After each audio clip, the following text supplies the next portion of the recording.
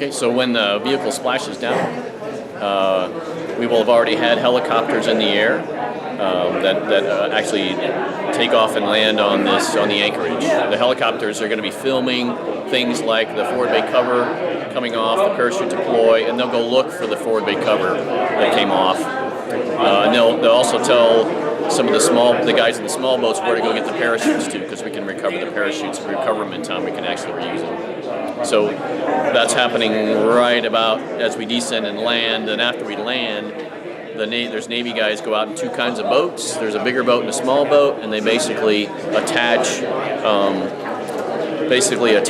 ropes and cables that allow us to guide the capsule into the back of the anchorage, and that's the major effort there will be to guide it in safely. And then when you get into in the well deck, then we'll unflood the well deck, and it'll sit on these rubber bumpers, and then we close the hatch.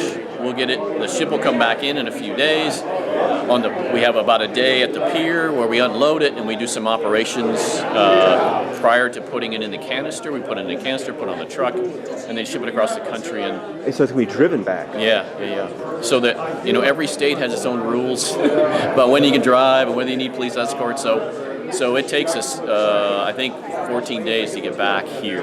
When it comes back here, it's going to be used on ascent abort too, and I'm imagining it doesn't need a heat shield for that, but will you be simulating it, the weight of the heat shield, or doing anything to kind of mimic that? Yeah, so we don't need the thermal protection system because it's not going to see 4,000 degrees. Right. But you need that structure because it's going to land in the water, and so you also want to simulate the mass.